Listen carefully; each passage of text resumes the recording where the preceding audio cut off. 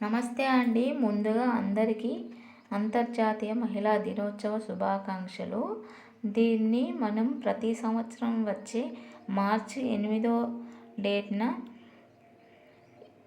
ఈ మహిళా దినోత్సవాన్ని జరుపుకుంటాము. నా దృష్టిలో మహిళకు ఒక్కరోజే కాదండి, ప్రతిరోజు ఒకరోజు జరుపుకోవాలనిపిస్తుంది. ఎందుకంటే ఒక ఆడపిల్లగా పుట్టి మనము అసలు ఏమీ తెలియని అత్తవారింటికి మెట్టినింటికి కోడలిగా వచ్చి భర్తకు తోడుగా, కష్ట నష్టాల్లో భర్తకు తోడుగా, జన్మనిచ్చిన పిల్లలకు అమ్మగా, అత్తవారింటికి కోడలిగా ఎన్నో కష్ట నష్టాలను అనుభవించుకుంటూ సముద్రం లాంటి సంసారాన్ని ఈదుకుంటూ వస్తున్నామండి. అలాంటి వారికి ఒక్కరోజా అండి, కాదు, ప్రతిరోజు ఒక దినోత్సవంగా జరుపుకోవాలి. కానీ ఇంకా మనల్ని వంటింటి కుందేలుగా కొందరు మగవారు చూస్తున్నారండి. అలాంటి వారికి ఎప్పుడు బుద్ధి వస్తుందో నాకు తెలియడం లేదండి. అలా కాకుండా ప్రతి ఆడపిల్ల మగవారితో సమానంగా అన్ని రంగాల్లో ముందుకు పోవాలని నేను కోరుకుంటున్నాను ఆ భగవంతుణ్ణి. ముఖ్యంగా ఆడపిల్ల పుట్టిన ప్రతి తల్లిదండ్రులు ఆ ఆడపిల్లను అన్ని రంగాల్లో అవకాశాలు వచ్చినప్పుడు ఆ ఆడపిల్లను ప్రోత్సహించాలండి.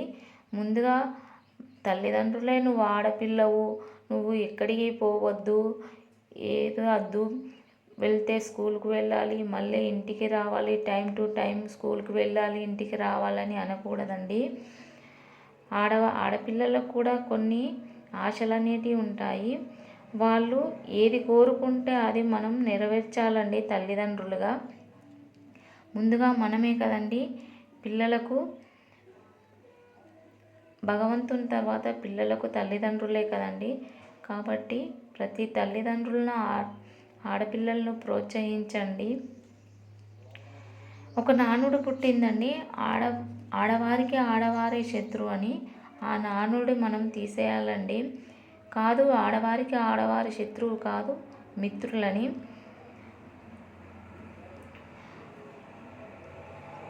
ఇంకా ఆడపిల్లలను చాలా ప్రోత్సహించాలండి. ఇది ఎప్పుడు వచ్చిందో మీకు తెలుసా అండి? 1911లో మొదటిసారిగా ఈ దినోత్సవాన్ని నిర్వహించారండి.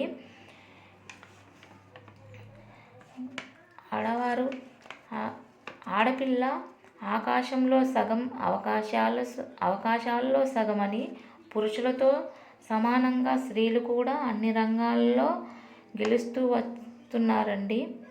అలాంటి వారికి మనం ప్రోత్సహించాలండి.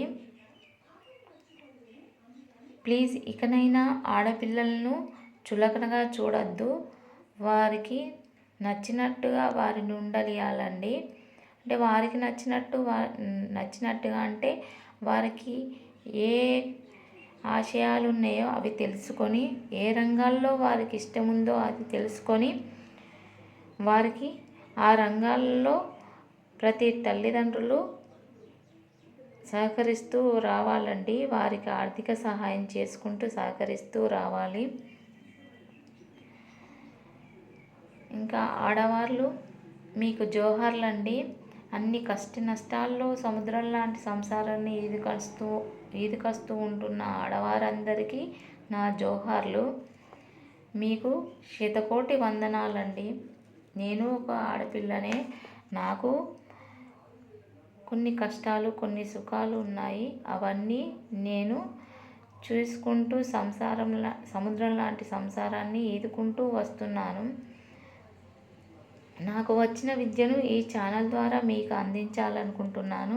ప్లీజ్, నా మాటలు కనుక నచ్చినట్లయితే ఒక లైక్ ఇవ్వండి.